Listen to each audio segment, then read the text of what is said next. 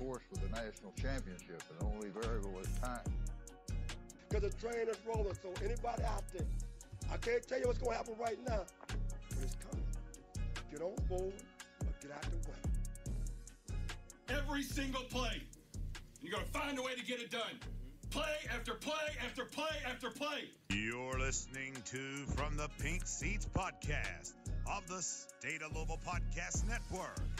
Now, here's your hosts, Jacob Lane, Matt McGavin, and Vince Lococo.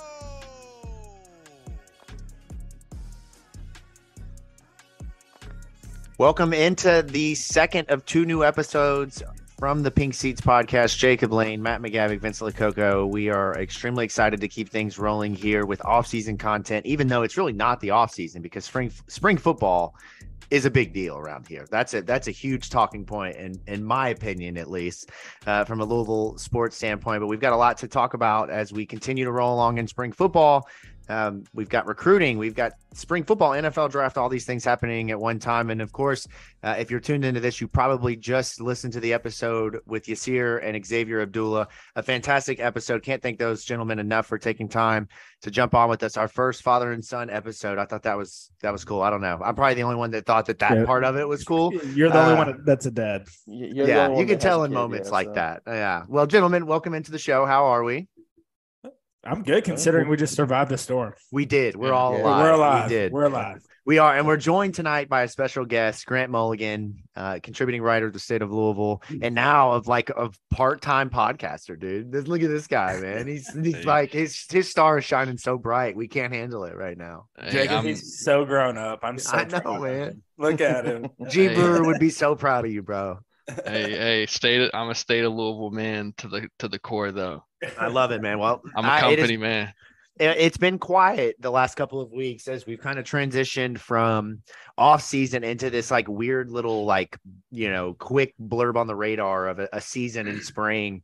But we're starting to now hear from you a little bit more as you crawl out of your recruiting cave with all of your analysis and your months of crunching numbers. It's like Mel Kiper, bro. Yeah. He comes out of left corner. And here's a bunch of Louisville recruiting bombs. We gotta nix the Mel Kiper comparisons, man. I got beef with Mel Kiper. What's your beef with Mel Kiper? I'm not a fan. Is it because of the Will Levis analysis? Is that what it comes down to right now? I got to be honest, and I'm sorry if this upsets some folks, but I don't find his evals to be accurate. I think he panders. And Todd McShay is better. I fully agree. You know who I really respect? Bucky Brooks from an analysis perspective, and Daniel Jeremiah. I like the move in the sticks guys. Really good too. Yeah, I like both those guys. It's all those guys, and then just a tiny little bit below them is Grant Mulligan. I mean, in my eyes, at least. I don't know. It's like I always said that Vince's Game Notes is the greatest segment in sports history. Grant Mulligan is the greatest recruiting writer and analyst of all time, in my opinion. But it is just my record book. So there's a reason Gunter Burrow just doesn't let this man leave his head till this day. I'm sure you still get text messages and calls. 100%. I saw him at the combine. I got to link up with him at the combine. That was really nice. How many times did you all say freak in the quick little 60-second? Immeasurable, both in a literal sense of saying it, and then there's also the psychological. Well, that's all they say. It's like their own language. So what you hear is freak, and what they're saying is an actual conversation. Correct. We're breaking down a wide receiver. Yeah, I bet there's a lot of people who can relate to this, but I've always joked with my wife that when her and her sister have a conversation, they speak a different language that I just can't quite understand. And at the end, they have had a full conversation, and I have no clue what was said. It's just back and forth. And so I would imagine that you and Brew are much like that, where we could listen and have no clue. But it's great to see you. It's great to have you on the show. And tonight we're going to dive into those months and months of crunching of numbers and recruiting analysis. Before he came on, he had a full beard and a long hair. Looked very similar to Evan Almighty. But now he's clean shaven and ready for television, ready for the live people to see him. So we're going to dive into all of that and of course how it relates to spring football, which is ongoing now, which is what we're here to talk about tonight. Obviously, there's a lot going on around us as a site and around, the sports world for a gentleman like yourself, Matt McGavin, covering baseball, the transfer portal, the women's basketball transfer portal, The NBA with Donovan Mitchell just dropping 40 regularly at this point every night. You're obviously working, right? You're out here grinding. But for us, it's been football, and we've been making it through the last couple of weeks with a lot of great episodes, a little bit of a look at spring. But tonight we're going to take a much closer look. And where I want to start, gentlemen, is starting with Matt and Vince as well in terms of practice. But Matt, I want to start with the media and your experience with a new head coach, new media availability, just different energy, I would imagine, in interviewing a guy like, say, a Steve Ellis compared to a Wes McGriff. I don't know, maybe they're similar, but just tell me a little bit about what that has been like. And then tell me if there's anything interesting that has been said that's stood out in terms of what the coaches believe or what they're trying to implement, things along those lines. Well, you can just tell right off the bat that they're all really excited to be there. And I know that's probably not going to come off as a shock, but I mean, when you have a staff that has 9 newcomers on amongst the position assistants, obviously there's a lot of newness there, but like every guy that we've talked to so far, and I think we've talked to 5 or 6 position assistants at this point, but like they all seem to be really excited to be there. And partially that's because the last I checked, only 1 or 2, maybe 3 of the position assistants under Brom's staff have no prior ties to either the city of Louisville or the University of Louisville. Like over half of his guys have either played, coached, or grew up in the city of Louisville. So this is a staff with a ton of connections to the university, a ton of connections to the community, to the city, and you can see, and that exudes like in the way that they speak, that you can tell that they are genuinely excited and happy to be there and be coaching these guys up. I've heard Jeff Brom use the adjective good a lot. I feel like that's kind of his go-to word is good. I'm trying to think of some of the others. He's got very basic vocabulary when it comes to coach speak. He's not trying to fluff it up with, word salads. It's good. It's great. It's got to be better. It's the Bill Belichick approach essentially to media. And I find it funny, to be quite honest with you. But Matt, have you gotten any form of opinion that you can share as to whether spring football has gone? I don't want to. Well, every coach is going to say it's gone fine, but how would you kind of give your opinion as to where they are in terms of getting adjusted to the new way of doing things? Like, do you feel like Louisville's ahead of schedule? Do you feel like they're, where they should be? Or do you feel like there's a sense of maybe we need to kind of pick it up here? I feel like they're either really at or just slightly ahead of schedule, because Jeff Brom, like, he didn't pull any punches. He said that he's throwing as much of the scheme at the entire team as they can handle right now. And talking to the handful of players that we have, they've all almost all of them have said, yeah, like the adjustment to the scheme is going well. Yeah, there's going to be some learning curves, some bumps in the road, but yeah, it's going well so far. We like it. And then there's Brom, the couple times we talked to him, he said, yeah, there are some days that are really good and some days that are very much not good. So it's been kind of a mixed bag in terms of the execution part on it. But it seems like the retention, because Brom has mentioned this in both times that we talked to him, that the key to, transitioning to this is just the quick recall and the retention of it. And it seems like that part of it is at least going moderately well, which is all you really need. All you would really want at this part of the offseason. Vince, talk a little bit about, they're more than halfway through spring football. What is, and you were there for the Petrino side of things, so it's a little bit more in line probably with what we're seeing just from a preparation spring game in general versus the Satterfield approach, which was just, it's essentially just a month or 2 of practice and there's no really hoopla around it. But where is the team kind of at right now in terms of how they're transitioning from practice to preparing for that game in particular? Do you start to kind of a couple of weeks ahead divvy up rosters or get an idea of who the coach is going to be of your team? How does that kind of look on the inside of prepping for an actual spring game? Well, I mean, prepping for an actual spring game, is more just a game prep for teaching you how a Saturday is going to be in the fall. You go through your regular, pregame stuff and your stretches, your routine, your meetings, and go about your warm-ups. This is where we're going to be. This is, how we're going to do things. And then you kind of do your just normal scrimmage for the fans and everything. The main, differences that I've noticed just between the Petrino and Satterfield stuff is the tempo of the practice, it seems like everything's a lot faster with what Coach Brom's doing, a lot faster and more efficient, at least.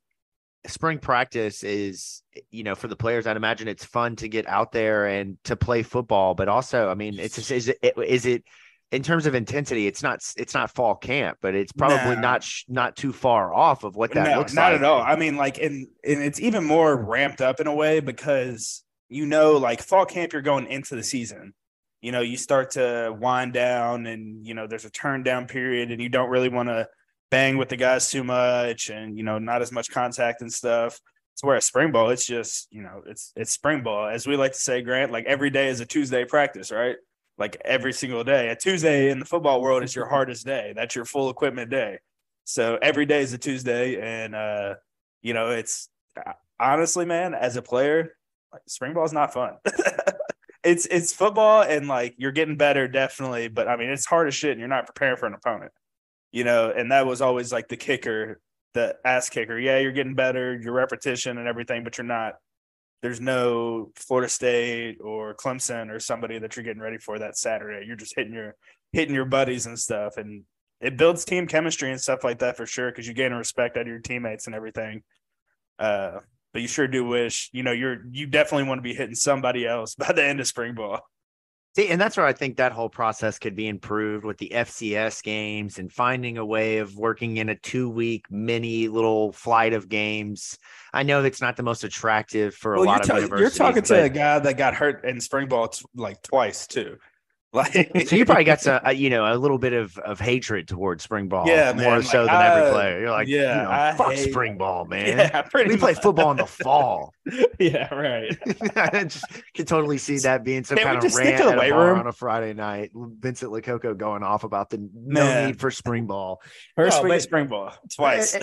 Grant, I want to come to you here in a second to tie in recruiting and how, in your experience, if you did kind of go through any big experiences with spring and recruiting, how that kind of plays in here. But Matt, I want to come back to you real quick in terms of being with the coaches, listening to them, listening to the players. And I'm sure, you see trends of what players are available and start to get an idea as to what the coaches are thinking in some form of way. But it's tough to know without being there in every moment, every day. But are there any true kind of standout players at this point? Any guys that you feel like enough coaches have highlighted on to where you could say they are having a very good spring? On offense, that would probably kind of be split between wide receivers Jamari Thrash and Kevin Coleman.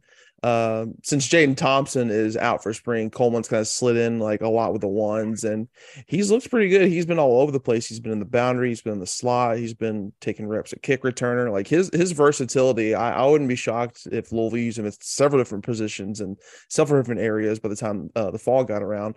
And then Thrash, I mean, it's just exactly what we expect out of him. He's got speed, and more speed.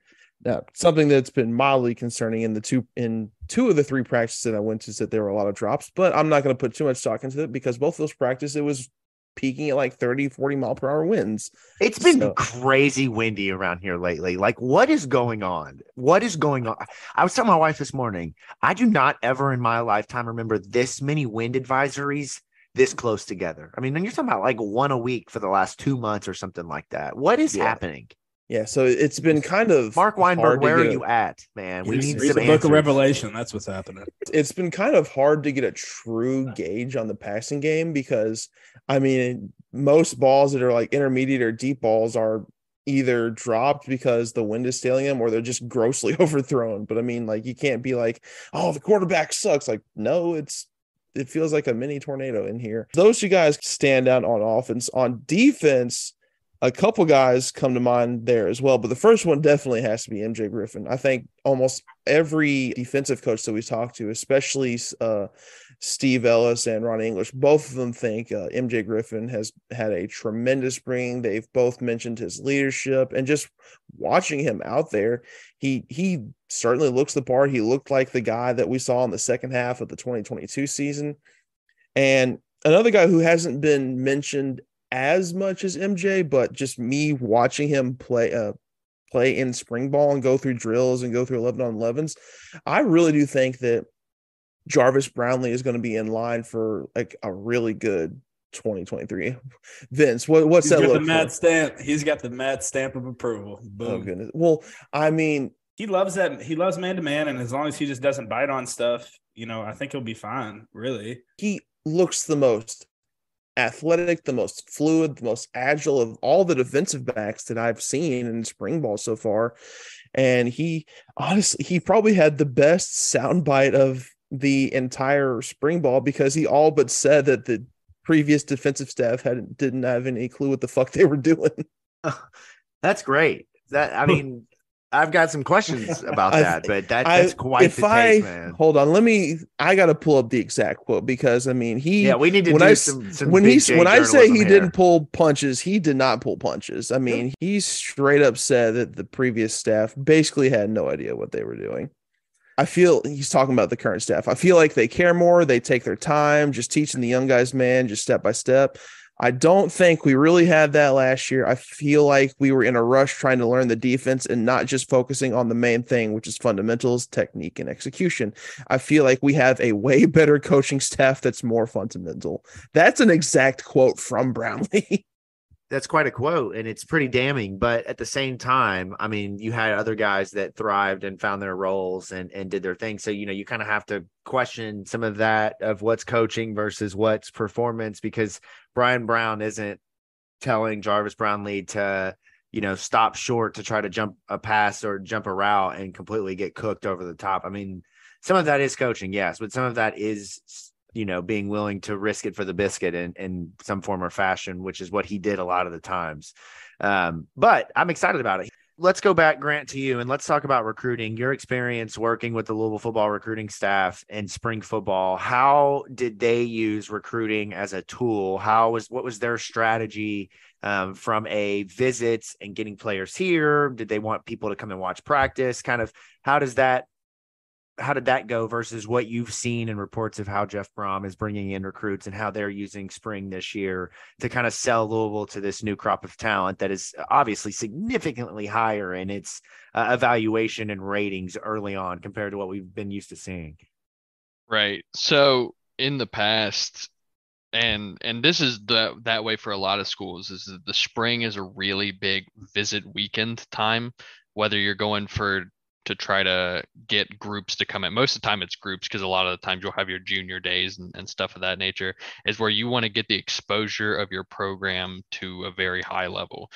Whether it's guys that you are directly interested in and guys you're trying to recruit, or if it's kids who are at schools that tend to produce a lot of talent, you need to get, now is the time to up your visibility while you can focus on recruiting, because once it gets into the season, it gets a lot harder to make that kind of a priority, because you're between game planning and you don't have the same kind of time or mental energy to bring that quantity of kids up. So this is really the time to increase and maximize visibility of your program. The practice part is a great way to show off to kids what your X's and O's look like in person. I'm not sure how this staff handles that in recruiting, but I know that since some of the open practices, we would have kids be there for a team portion or something that would be I guess appealing to the recruits, just for them to get a small sample of the offense or the defense,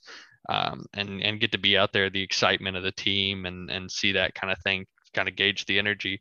But it's a lot about getting these visits in now, because kids are now going to start entering the summer and decision timelines are coming up. So it's very important to try to get kids take as many visits to your campus as possible right now, so that they can see it up close and in person and get that hype rolling, so you can carry it into the summer and you can really have a good foundation set by the fall.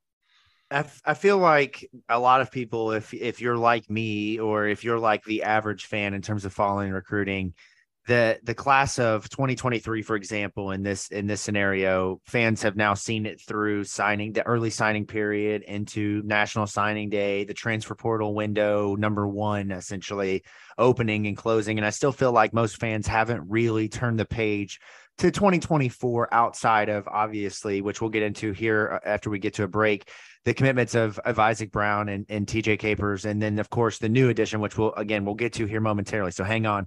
But overall, fans haven't quite turned that page yet. What are the kind of key timelines and dates that fans need to be watching for, Grant, with this new class, this junior class, in terms of, you talked about that commitment window in the summer. What does that look like, and how the recruiting calendar is going to start to play out over the next few months? So this is really a good time to start to get a gauge on how this staff is going to want to do things, because you can tell a lot about the strategy of a team from when most of their commitments come. A lot of staffs want those June and July commitments because you can take, or the 24 class can begin taking official visits during that time. And so you want to get in your guys and really try to lock them down before the season starts. So you can go in with as many holes or as many roster spots filled within your class before you get into the season. So I think for a lot of programs, and recruiting season in general really heats up in June and July, and even starting in May, because that's really where you see a lot of these visits start to take off, aside from the dead period in July. But there's a lot of visits that are going to be taken during this time, and once visits start rolling, commits start dropping. You want to know why Grant and I work so well together? Why is that? I didn't know any of those dates. It's important to have a person like Grant in your life that is good with dates and times and calendars, and being able to keep that information handy at the top of one's brain. I think we could all use more people like that in our lives, because we would be on track, man, right there. That was brilliant. Overall, spring football, I haven't gotten, unfortunately, out to practice over the last couple of weeks, which shame on me. I know it's very unfortunate that I did not get to go out there. I should have had Keith give me a ride, man. He's right across the street. He doesn't even ask. Should I be concerned that Keith doesn't ask me to go to practice? Should I be concerned? Just shoot him a text and say, "Hey, Keith, you want to ride to practice together?" Let me just ride with you. There's multiple open practices. Keith could drive one, you could drive the other. I could. He hasn't asked me. There's one on Friday, Jacob.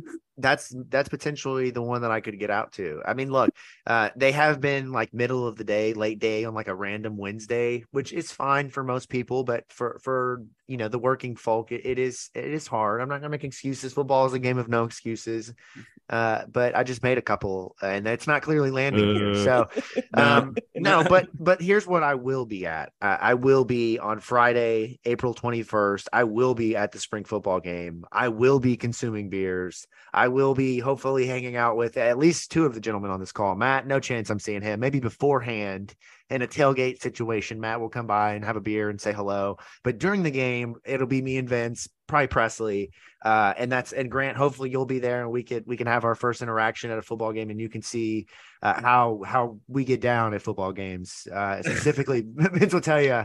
There's a different. I have like an alter ego at football. I've got an alter ego at football games.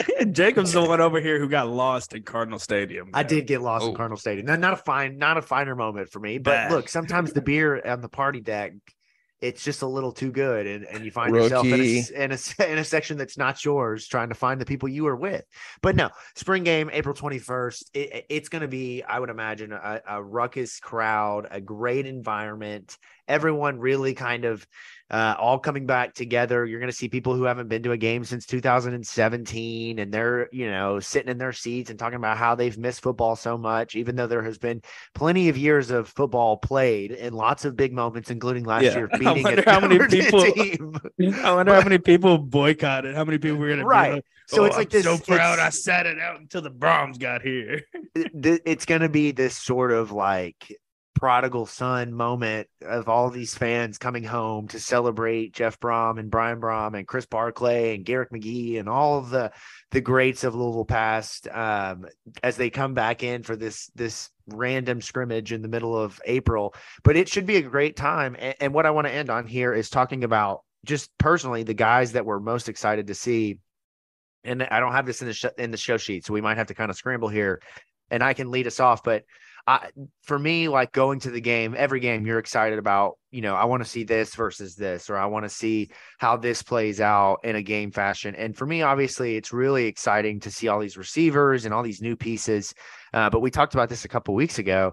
I am most excited personally to see the way that they implement Jawar Jordan into the offense this season. I think that for me is the most fascinating thing because, Grant, I don't know if you listened to the episode we did talking about the offense a couple weeks ago, but we essentially talked about how Jeff Brom potentially might have inherited one of the most talented running backs he's had. Like he's going to walk in here with a backfield kind of headlined by Jawar as potentially more dangerous, more versatile, more dynamic than any he's had. And what can that mean to an offense that we know should theoretically be a high-powered passing offense, right? There's the potential that this is if it's at its finest and they can get it to a position of being the well-oiled machine, this offense, considering what they have at offensive line, returning those key starters, there are pieces to work in.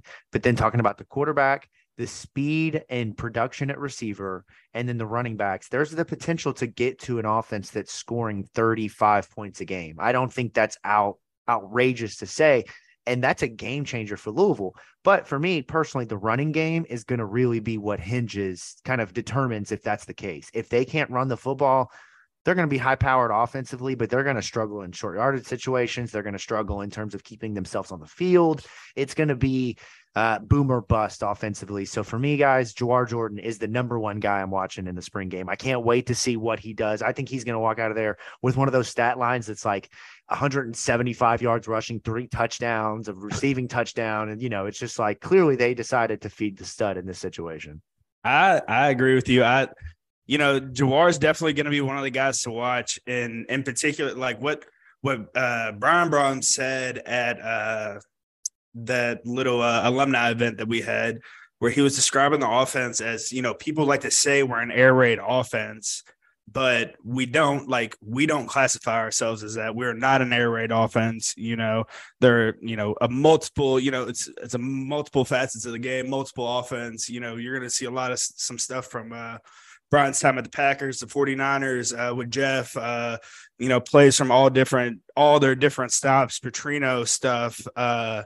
And the thing I really liked, what you were talking about when talking about the run game, is they always seem to have like a lead blocker, be it a guard pulling or a fullback coming through the hole or, somebody climbing up the second level. It seemed like there was always a guy getting to that second level defender, which was cool. I'm also excited to see, offensively, how a returning guy like Amari Huggins-Bruce fits into this offense, something that's more that fits, his playing style a little bit more. Defensively, I'm excited to see a guy like Popeye Williams, how he comes into more of a full-time role. Xavier just, in the previous episode, fans that are jumping over here listening to that just talked about Popeye Williams as a guy that he knows following last year is going to be ready to go. Yeah, and Jermaine Lole as well. I mean, somebody who we've talked about for so long, finally seeing a practice picture of him, I was like, I'll be damned. This is like the third time I've seen him in a uniform. I don't even think I've seen him, but there are literally no pictures of him in a Louisville uniform. I think Jody or somebody posted one talking about him being the X Factor. Matt, if you get a picture of Lole at practice, the internet might break, my friend. I think that's your challenge the next time to see if we can get an actual picture of Lole practicing. I mean, I could, like the last time they were doing D-line drills, it was like right next to the wall. So I could just whip out my phone and just like take a quick little picture. Hey, Jermaine, smile.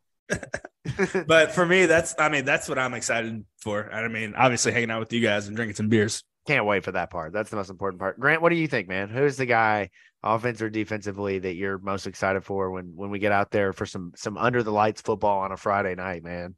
Well, in natural Vince fashion, he has to steal my answer. And Amari Huggins-Bruce, that's real ones know that Amari Huggins-Bruce is my guy. I can't wait to see him star in this offense. I am fully predicting Amari Huggins-Bruce breakout season. I think he's going to be the number 2 in this offense. I don't think he's going to surpass Thrash. His talent is undeniable. But I cannot wait to see Amari Huggins-Bruce in an offense that gets him the ball more than twice a game. That makes me very happy. And behind the line of scrimmage.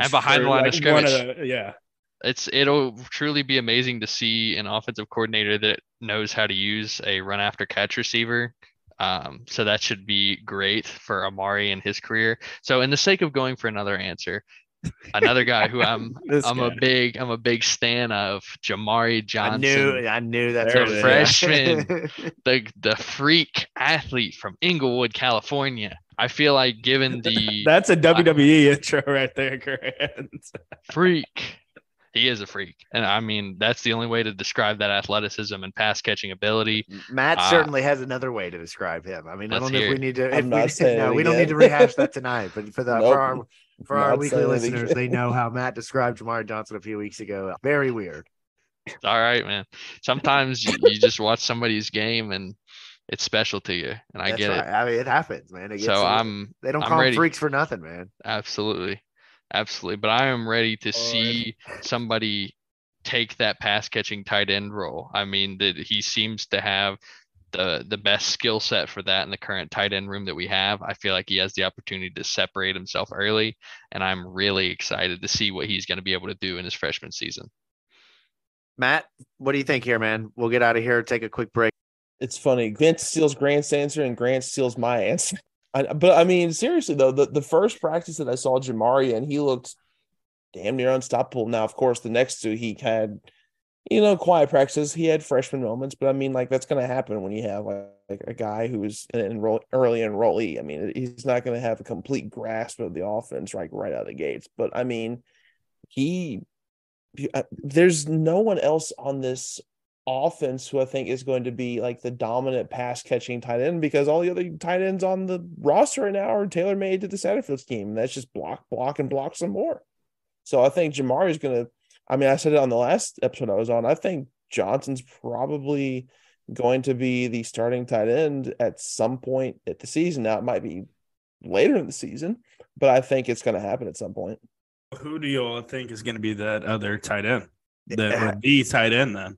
But I think in terms of if you're talking about looking at role and knowing what Louisville, knowing Jamari will play one role in that, it's Des Melton or bust in terms of who else could be a pass catching tight end. I mean, I think Francis Sherman. I'm going with Sherman. He's looked the most consistent out of the not Jamari Johnson tight ends. And Sherman fits a lot of. I mean, he's not the size by any means, but a Keith Tobridge and a Petrino offense where he's definitely heavy on the blocking side. But if we need 5 to 10 on a hitch or an option route to win against an inside linebacker or a bigger outside linebacker, I think he could get the job done. Yeah, that's one of those positions that is going to be really important to watch after spring ball in terms of recruiting and seeing if they feel we'll get a good idea as to where they feel like their roster is in some of the spots where we've noted that there's probably a weakness there, maybe a potential to add down the road. We'll get a good feel for what that looks like in terms of transfer portal as we get through this next wave post spring football. Some pretty good players in it that Louisville is going to be hot after. So that's going to definitely be something to watch. So real quick, let's step aside. We'll take a break for the show. Do a little bit of advertising, but when we come back, we're going to dive into what this episode is all about and its true nature, and that's 2024 recruiting. We're going to find out who are the 5 guys we're watching in terms of Grant Mulligan and that recruiting brain that is so large that the recording big board it can't handle it, man. But we're going to come back and we're going to dive into that and talk about what you need to watch for after spring football with recruiting, as I kind of just talked about there for a second, so that we can keep you prepared as we roll into the off season and the dog days of summer for football. What you will have is L&M Eats, and you can find that on YouTube, State of Louisville on YouTube. Subscribe to the YouTube channel, L&M Eats. Visit Shenanigans. The first episode will drop here in the next couple of days. We're really excited about that. We've got another couple of restaurants lined up. The guys are going to go check out here in the city as they continue to try to find the best place to eat. That's obviously a big part of the community here. Rest in peace. I can't even start this conversation without saying rest in peace, Daddy Riches. My heart was shattered that day. Dude, my heart was shattered. Find it out on Twitter through you was like, that actually crushed me. Going there with Eric Wood's debit card and ordering wings for the staff is probably like a highlight not of my life, but just like of my time there at Louisville. Yeah. It's one of those moments where you just pinch yourself and you're like, what am I doing? I'm getting food on Eric Wood's debit card that probably has millions of dollars. All of that to say, L&M Eats, we are extremely excited to debut that. And I want to make sure that the Louisville fan base supports those guys, because it's all about supporting those two and their journey here to be two of the pioneers of NIL with Louisville athletics. Quite frankly, the creating of content, the importance of that and what that means to the brand of an athlete and how they find themselves as a freshman, to guys like senior Malik last year on the Planet Fitness billboards and being a part of a very real advertising campaign. We're just excited to play a small role in helping these guys go try some food. I mean, quite honestly, that's the best part of it. So be sure to subscribe to the show, State of Louisville YouTube channel, and follow LM_Eats on Twitter. We'll be right back.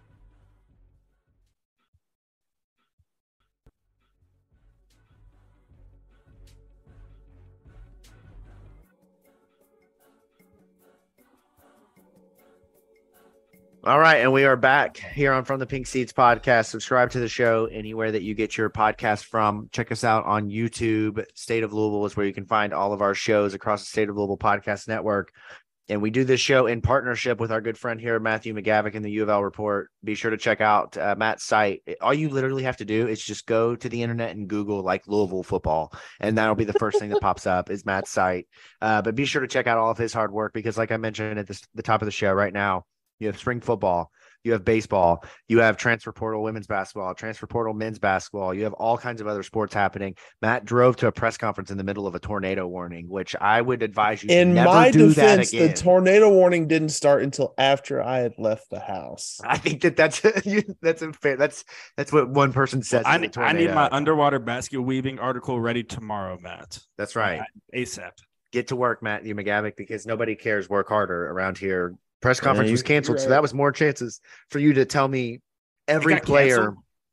It got canceled because there was a freaking tornado going on. I still think in my fairness, Grant, does anything ever shut down in the football office ever? I mean, we'll have a blizzard, tornado, and they're like, "Oh yeah, figure it out. Lift time's at 6:30." Well, hey, look, I mean, the south end of town tonight really hit hard with some of those storms. I saw some pictures right before we hopped on here. Scary situation, and that's not far from the football stadium, but they probably were working through some concepts tonight. You no doubt about it. They're in there watching tape. Might be the Vincent Lococo huddle tape, but they're in there watching tape, having the time of their lives while the storm's passing by. We're in the bathroom back here. What could have been? It's just the fullback we need. I'm not back here in Oldham County, tucked into, we're in the bathtub trying to football can't be turned off. Essentially is what I'm saying, right? Can you gentlemen agree? You football guys, football can't be turned off. It is a way of life. You were watching March Madness. I was watching XFL. To get your football inch in tonight with Louisville football, I think for those who are starting to kind of look at recruiting and players to know, obviously there's been some big recruitment news already with TJ Capers and Isaac Brown, but Grant Mulligan, let's talk about Matt McGavick. Let's talk about Deuce Adams, Louisville's newest commitment, quarterback, 3-star out of Texas. Louisville holds off Baylor and Matt's favorite program outside of the Wildcats of Kentucky, Boston College, to secure the commitment of Deuce Adams. I know. Yeah. But Louisville, here's the thing. He is not one of the kind of players in terms of ranking that compares to, say, a Pierce Clarkson. He's in the back half of the top 1,000 players in the country. I think he's like 861st or something like that. 817th. Okay, so I wasn't too far off, but he does have a lot of potential. And so Grant and Matt, I want to give you each some time here to give your analysis of one Deuce Adams and what Louisville fans can expect. Rock, paper, scissors for who goes first. Grant already has his. Okay, all right. Grant wins. Soft. Matt didn't even go into competition. Where's your competitive spirit? Scared. Okay, bet. Right, let's go ahead. Go. No, it's too late, Matt. I'm taking the space. You folded. Anyways, Deuce Adams, a player that I actually am a pretty big fan of, and I think that ranking will change in short order if he has anything close to the senior season as he did in the junior season. He was incredibly efficient. One of the things that I think is best about his game is his touch and deep accuracy that he has already at this stage in his career. He's able to hit all three levels of the field with good rhythm and good timing and throw a really catchable ball to all three levels. He doesn't throw many interceptions. He's careful with it. He has 7 career interceptions to this point, through 6 his junior year, 1 his sophomore year, had less reps, but he's a real point guard type passer at the quarterback position. He's a distributor. He's not a Pierce Clarkson style athlete. He has enough athleticism to escape the pocket, elongate a play, but he's not that same kind of true running threat. He has this will come with experience. He has some mental cleanups. I think he gets a little too jittery in the pocket. He drifts too much, and when he does that, the velocity from his passes die off. I think he throws off platform more than he should, and it's just not doing him any favors. But he's very crafty. He's very creative. He's the kind of guy who's perfect for this style of offense, and I absolutely see why he became the guy targeted by Brum. And as I said in the beginning, I firmly believe that if he sees the kind of jump that he did from sophomore to junior, from junior to senior, he will absolutely outgrow that 817 ranking. Watching the film a couple times now, and even like a third time, because Vince and I were like watching his huddle right before this episode started. Yep, I did force you. I got a great picture of that, by the way. That was a real bonding moment for you gentlemen. I was watching that as I was getting ready to sit down. Like, look at these guys just breaking down film together. This is a true football podcast. I just love it. Well, we were like, I wish we had the Dan Orlovsky touch screen, draw circles and stuff. We're like, man, the content we can do with that. So AWLs, anybody want to go ahead and donate?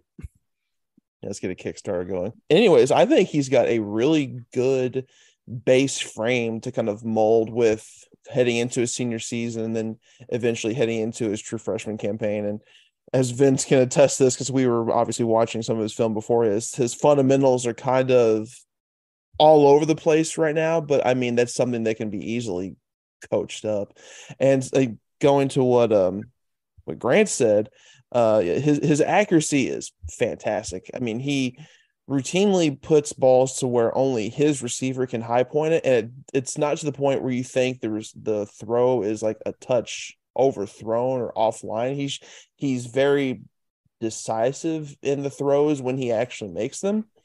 The decision-making part is mostly good. There's a couple, like watching his films, there's a couple throws in there where I think there was one, I was watching with Vince, that his receiver just got straight up killed over the middle. Oh, yeah, poor guy. Hospital ball.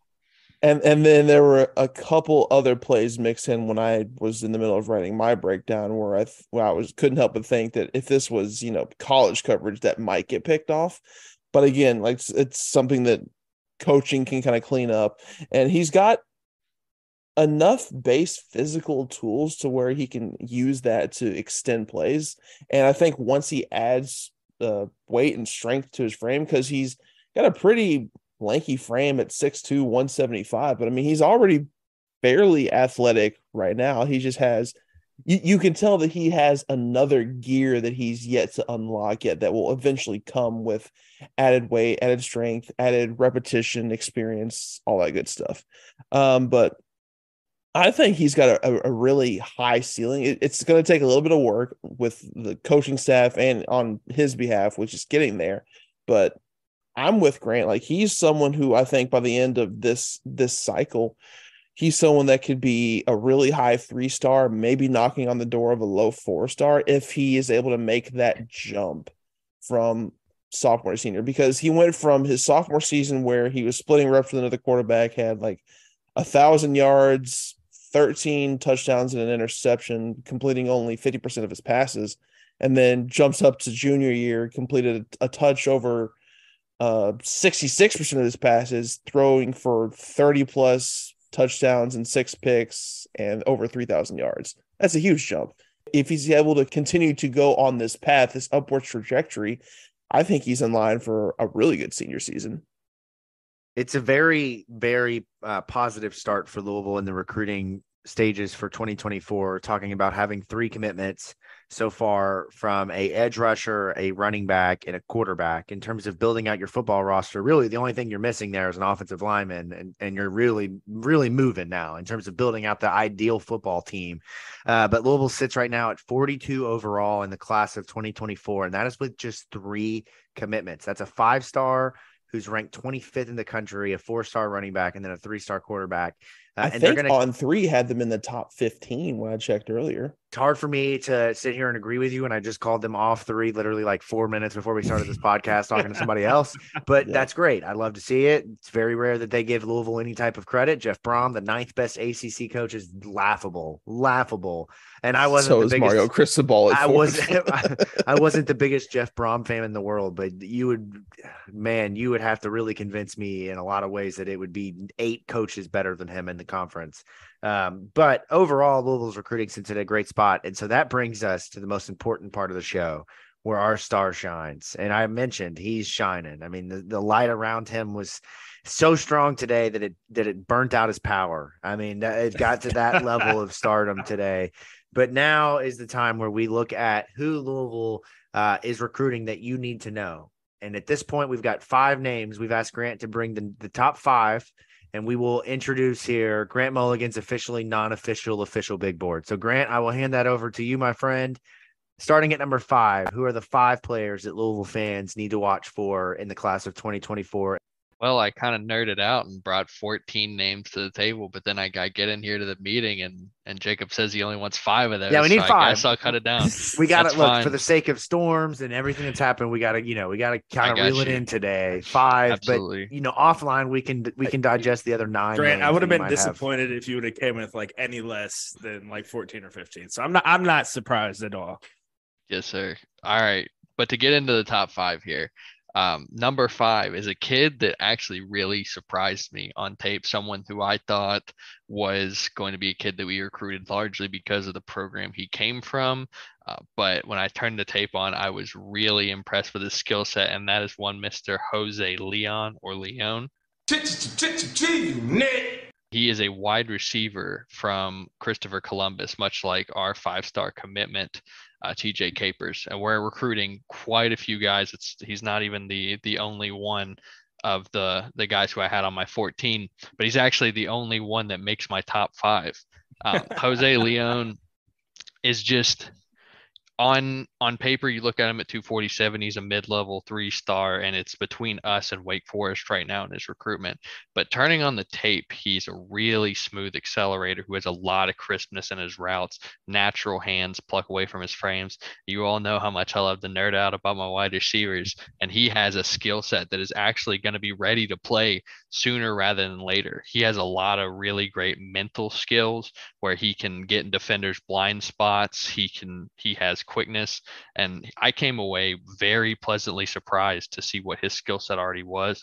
I think he's held back by his size and frame. He's on the smaller end. He's currently listed at 5'10", 160, which means in actuality he's probably around 5'9", but he has natural hands. Whoa. You're talking to a true 6-foot guy right here.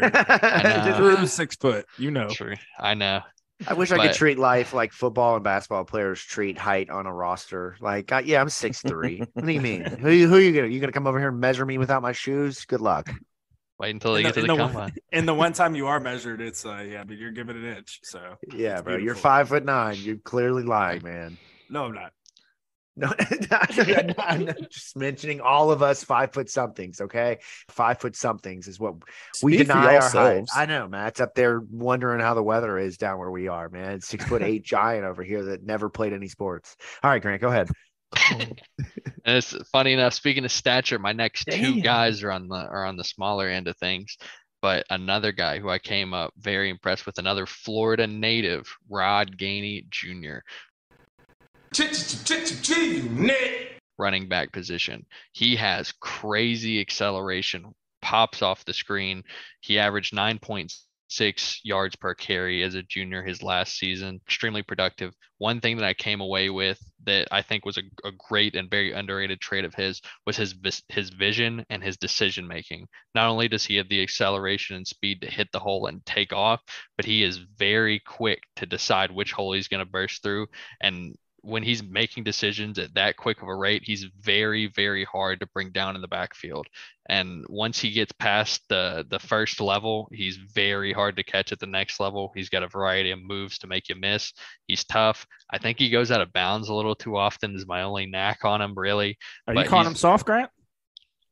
Oh. I'm not going to say soft. But I personally feel like there's some, he can get a couple more yards. No, I'm kidding. That's a Frank Ponce joke. That is a Frank Ponce joke for everybody that listens. Yes, sir. But Grant, my question for you: you mentioned the 9 yard average. Watching his tape, is that like a true whole wide ass open hole 9 yards, or is that breaking contact that might have broke through on a stunt from the D line or a linebacker shooting through? And basically what I'm asking is how does he do off of the first contact?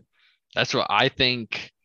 I'm going to trace back to his decisiveness. He's not going to lose yardage because he took too long to make a decision or because he was overly patient. When he sees daylight, and because of his smaller compact frame, he's able to make the most out of those small crevices. And when he hits the hole, he is bursting through it. I mean, his acceleration is 0 to 60 type.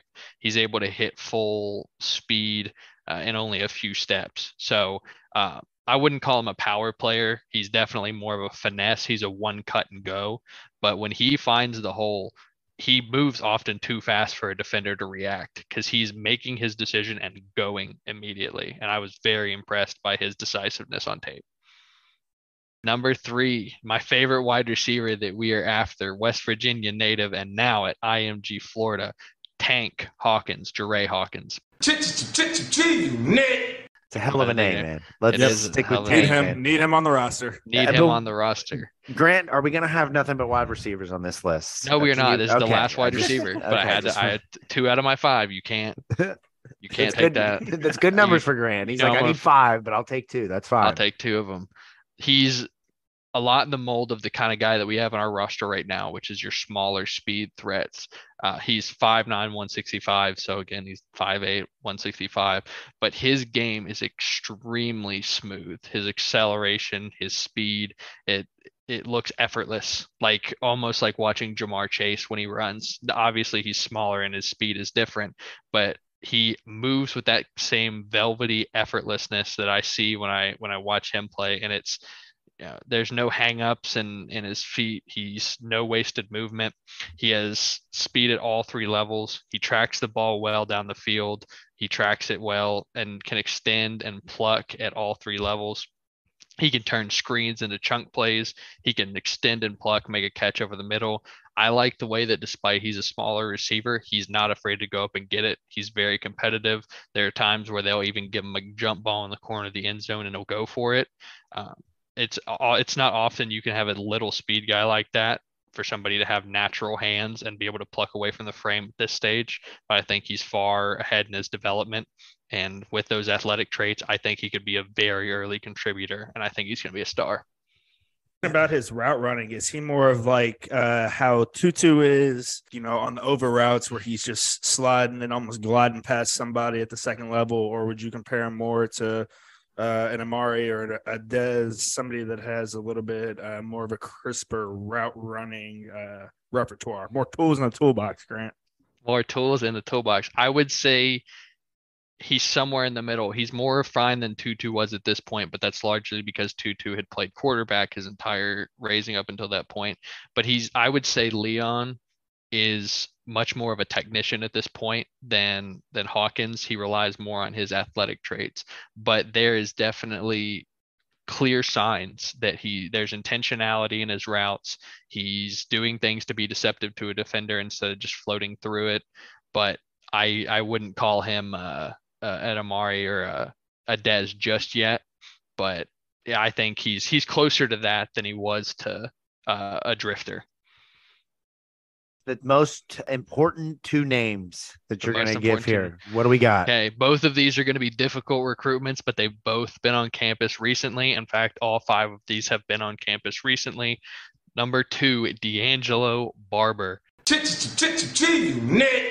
Linebacker. Actually, funny enough, these 2 guys are from the same school, from Clay Chalkville, as is Caleb Johnson's alma mater.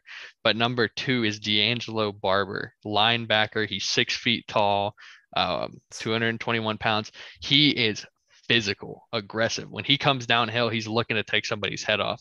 And when you see a guy like that, you think purely box defender, especially at this level. Normally they're used as blitzers or just in the gap guys.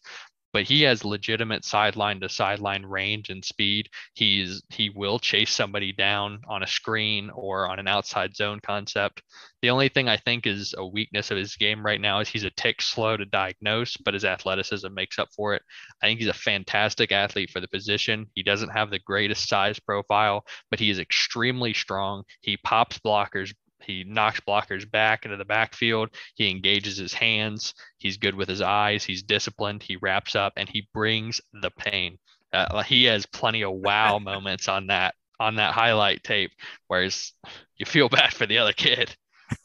How about these offers right here? Alabama, Arkansas, Auburn, Oklahoma, Ole Miss, Tennessee, Texas A&M. This is a SEC caliber kid right here. I mean, yes, he is. Don't let the 3-star rating fool you. I know he's not. If you go and look at his recruiting profile while you're listening to this, 55th best linebacker in the country, doesn't scream ready to come in and make an instant impact. But if you go back to a couple of years ago, Matt, the episode we had where we talked recruiting with the gentleman from Sports Illustrated, whose name is escaping me. You probably have. Thank you. And he mentioned Pinson, Alabama, the area where Caleb Johnson was from, a highly competitive football area in the country, some of the best players, some of the best teams. So that's extremely exciting. And you're talking about a position right now, and we'll get into this maybe here in a few minutes, but the linebacker spot is an immediate need for the next couple of seasons for Louisville.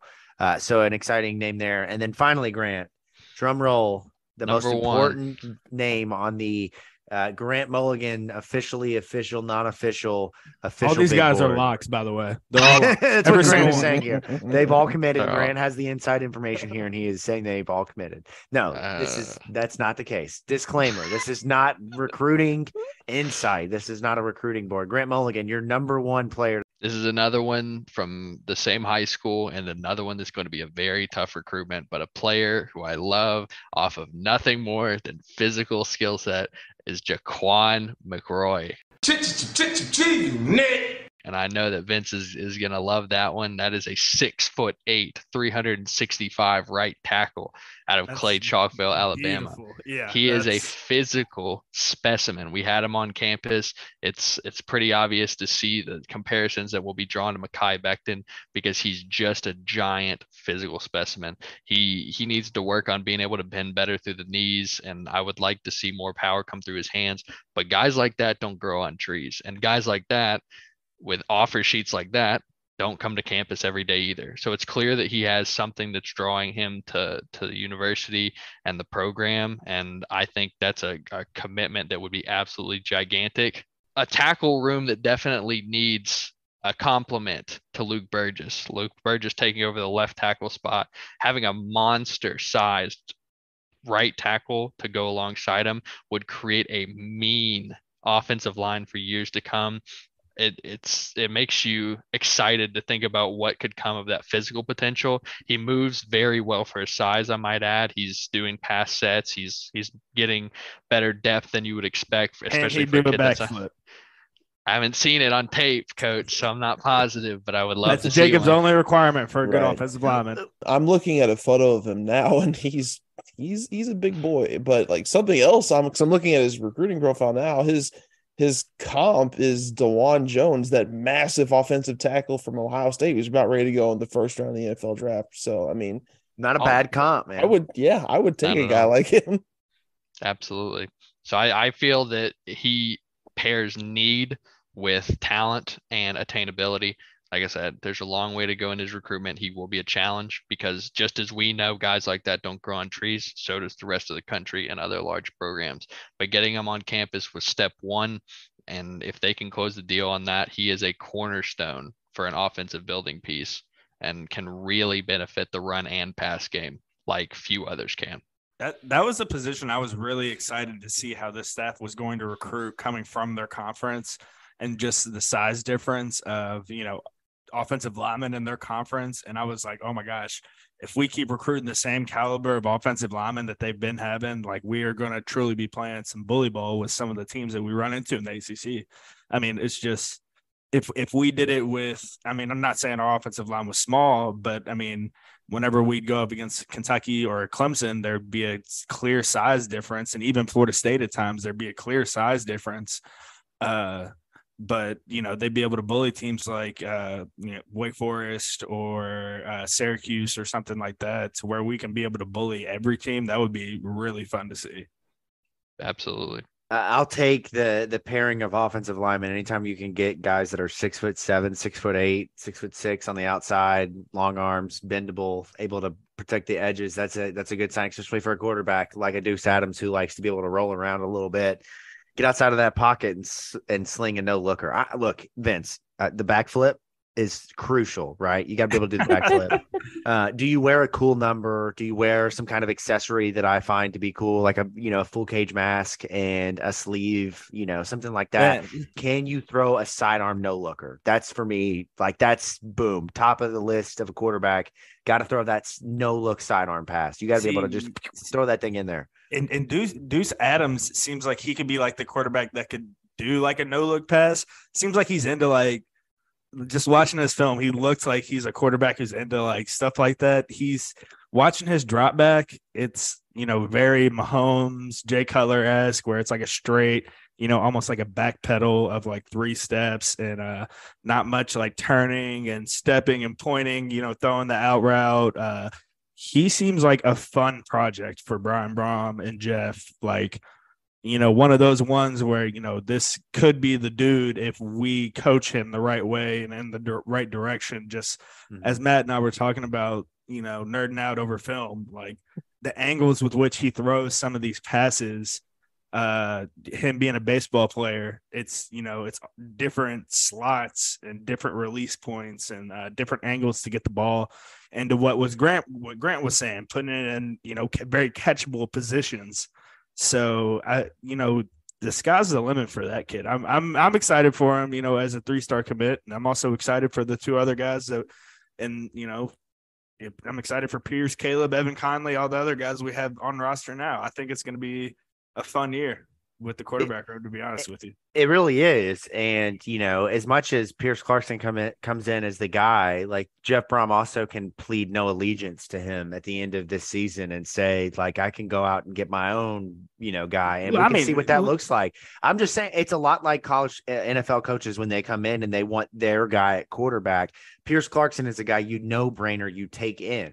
But at the same time, if it doesn't work out in year 1, Jeff Brom can go right back to the drawing board in year 2 and find a guy who much more fits what he's trying to do, which some question whether Pierce Clarkson fits that. I think it's going to be a great partnership that's going to work out and really evolve Jeff Brom's offense. But at the same time, it's a year-by-year analysis of the quarterback position. Let's not get it twisted as to guys come in all the time as the star players, and the next year they're recruited over or somebody else comes in and is able to win a job. So it's a very fluid situation, but it's exciting because you have Jack Plummer this year. You've got Pierce Clarkson, Caleb Johnson. You have vets in Evan Conley and Brock Doman.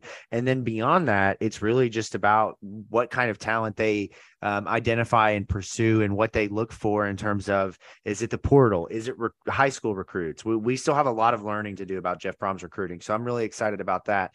One thing to note, for the 2024 class, the local recruiting scene is always a topic of discussion. And based on the 247 Sports rankings of the state right now in the class of 2024, Kentucky holds 2 commitments from 2 of the top 3 players, and very well soon could be the top 3 players in the state. So Kentucky already very active. Louisville, by my count, has not offered a player yet in the state of Kentucky. I mean, if I've said it once, I've said it again. I've actually got, and I've even gone on a rant on this podcast before on this very subject. Yeah, Louisville gets some of the top guys in the city, but like Kentucky can have the Kentucky kids. Yeah, I want Louisville to recruit South Florida. I want Louisville to recruit SoCal. I want Louisville to recruit Georgia. I want Louisville to recruit Texas. I want Louisville to recruit the recruiting hotbeds that actually fucking produce football players. Not saying that Kentucky doesn't produce them, because they do have like a couple guys every once in a while. But let's not bullshit ourselves. Get the ones you're supposed to get, which is maybe 3 guys per class, and then move on. But it is interesting from a narrative standpoint to just see who might develop into a player in state that you want to see, because of course, the point being, Matt and Vince and Grant, any player that lives in this city, unless his desire is to leave this city, which is very fair. And so if a recruit here simply wants to go play football somewhere else in another state or city, good for them. But those who are interested in staying home, there is no reason that a kid within the zip codes of which we live in this city to go play anywhere else, especially down the road on 64. That's Grant Mulligan's officially official big board for the 2024 class. It's fluid. That will change over the next couple of weeks and months. And there are some recruitments in there where you're competing with the Alabamas and Arkansas and Auburns of the world. And if those don't go Louisville's way, that's by no means an indictment on what the recruiting prowess is. It's simply the fact that SEC is going to SEC. But for Jeff Brom, it's about doing what Charlie Strong did. It's about doing what Bobby Petrino did. It's doing to highlight what Satterfield did, and that's finding the kids that you need to win, that fit your system regardless of ranking, and developing them. At the end of the day, that's what this program does. That's what it has always done, and it will always do at its highest form, is bringing kids in who need developing and are there but aren't quite ready for some of those big programs. So you land at TJ Capers, you're swimming in some very, very nice infested waters with some big sharks. I'll swim in those waters. Give me some gear and I'll be ready to rock and roll. But it definitely is going to be some losses in there. Let's just be quite honest. There's going to be some losses to the Alabamas and the Auburns, but I'll take it, man. I mean, it's not. Can't get them all. Yeah, you can't get them all. That's right. Unless Grant Mulligan is your primary recruiter. Over the next couple of weeks, we're going to get prepared for the NFL draft. I should have the date in front of me. I say all of that to say I don't have the date. It's coming. I got the date. It's April 27th, 28th, and 29th. That's right. Everybody needs a grant. Everybody needs a grant. That's the name of this episode. If there is ever a date in a year, I know it is the days of the NFL draft. The NFL draft coming up. Louisville is expected to have a couple of guys drafted, several of which have recently been on this show.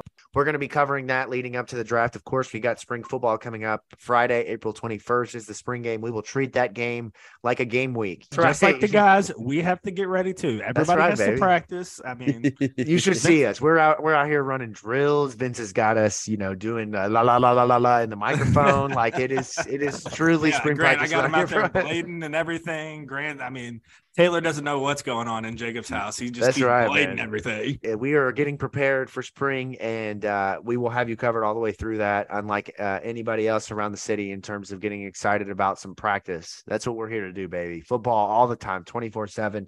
And speaking of football all the time, 24/7, as we transition out of spring football into the long parts of summer, we will still have you covered as we have over the last several seasons. I'm not going to give you the details tonight. You're not going to get them. In a couple of weeks, you'll get them, but not tonight.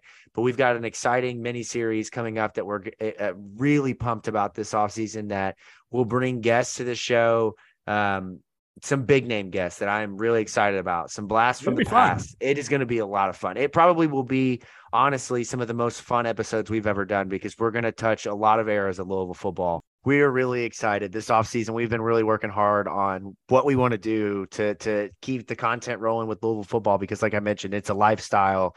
It is not something that you will turn off. It is Louisville football 24/7 here. So be sure to subscribe to the show from the Pink Seats Podcast. Follow us on Twitter at Pink Seats Pod. Grant, where can they follow you, and where can they check out your work, my friend? You can follow me at Grant_Mulligan_. It's where you'll get all my content, and I am writing for the one, the only, stateoflouisville.com. Recruiting coverage. I'm back. In the words of Jacob Lane, I am back out of my cave, and I'm ready to get back going again. That's right, man. We brought him out with all of the knowledge, prepared for a full year out of hibernation of recruiting. Yeah, you should have seen him at the wedding we were at, man. It's the first time I'd seen him in months, and he came out scratching. He's like, Vince, it's good to see you. Been watching huddles for months. You got any of those 4-star tips, bro? Yeah. I know you've heard something. Source, bro. Source. Yeah, right. Well, as always, check out the U of L report. Matt McGavick, as he covers Louisville sports year-round, Louisville basketball, Louisville football, Louisville baseball, Louisville women's basketball, all of that covered on the site there. Follow him at Matt_McGavick, at Jacob Lane08, at Vincent Lococo, and we will catch you here soon for the next episode of From the Pink Seats podcast. But until then, go Cards.